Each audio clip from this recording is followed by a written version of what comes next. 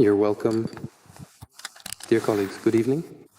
I'm very glad to see you and to welcome you. I would like to congratulate you on the successful holding of another session of the Parliamentary Assembly of the Collective Security Treaty Organization. I know that you discussed all the current issues, not only those of today, but also worked on matters for the future. I see, and we know this together with our colleagues. I also discuss with you that all members of the organization are firmly committed to strengthening its authority and role in international affairs. And next year, as you know, the chairmanship of the CSTO will pass to the Russian Federation. We will, without a doubt, do everything necessary to strengthen the organization. And as I recently had the distinct opportunity to convey to my esteemed colleagues, the distinguished heads of state, our collective work will most certainly represent a direct and meaningful continuation of the remarkable efforts and achievements that our valued Kyrgyz friends have so successfully accomplished.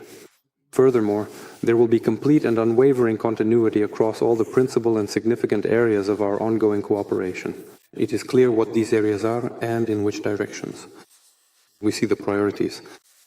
These are strengthening our defense capabilities, coordinating our policies in the field of military activity and in the area of technical perspectives of cooperation.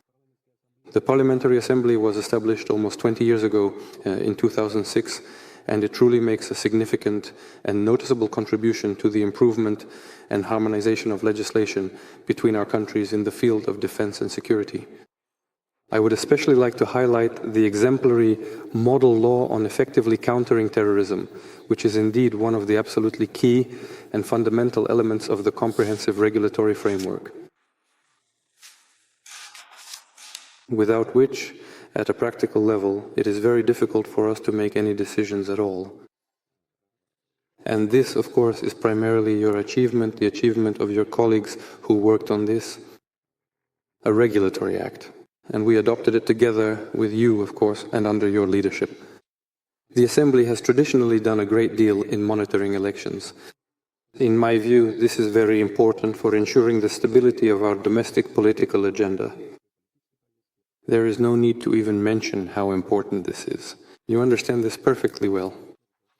I would also like to thank you for this, because the creation of such representative and highly authoritative monitoring groups helps each of our countries, firstly, to go through these key stages related to election campaigns, and secondly, to emphasize the legitimacy of the political processes taking place in our countries.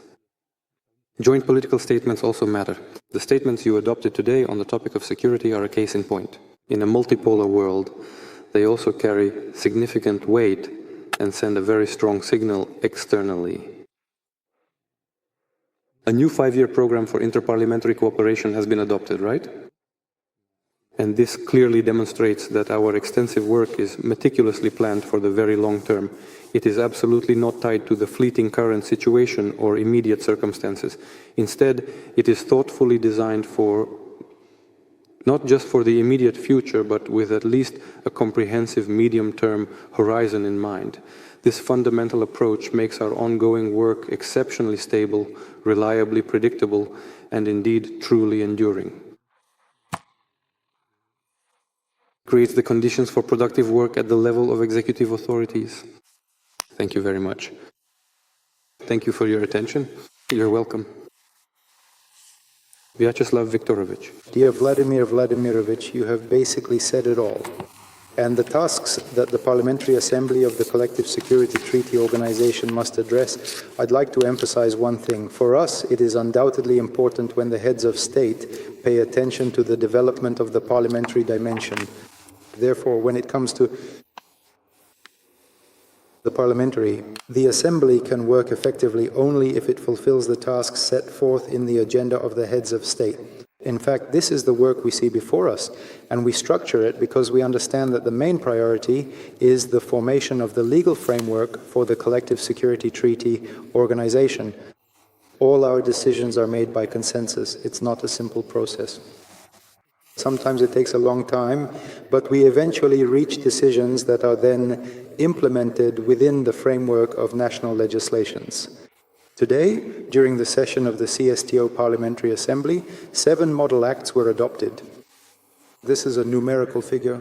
It's not a large number, for example, if you compare it to any session of a national parliament, but in reality it's the result of lengthy negotiations and the development of decisions, the outcome of which is the adoption of such an act.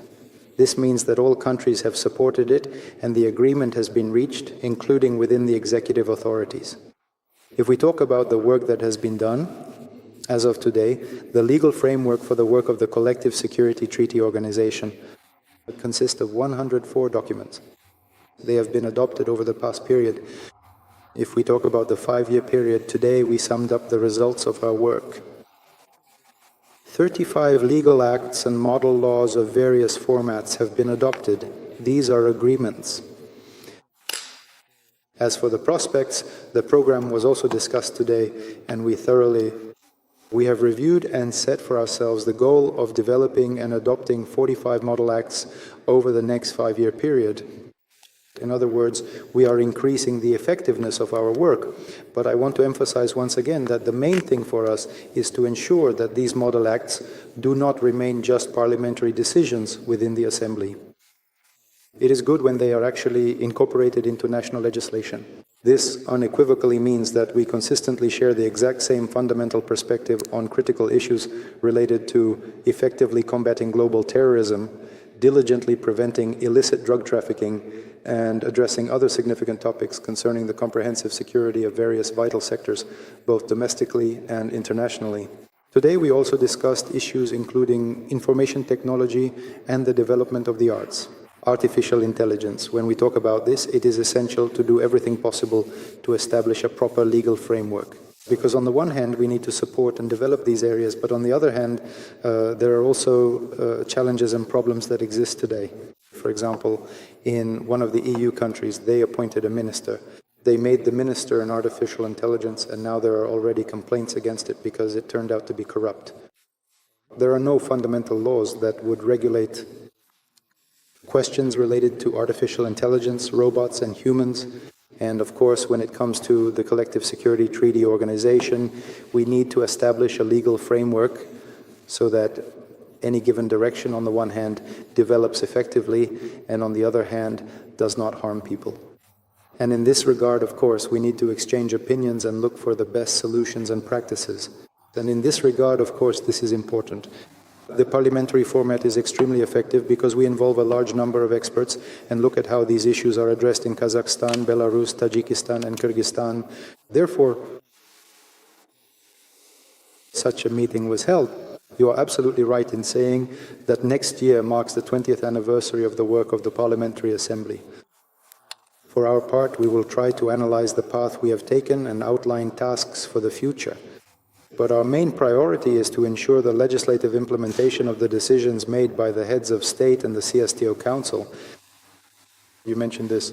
We follow the agenda of the adopted decisions and do our best to ensure that the parliamentary dimension is effective.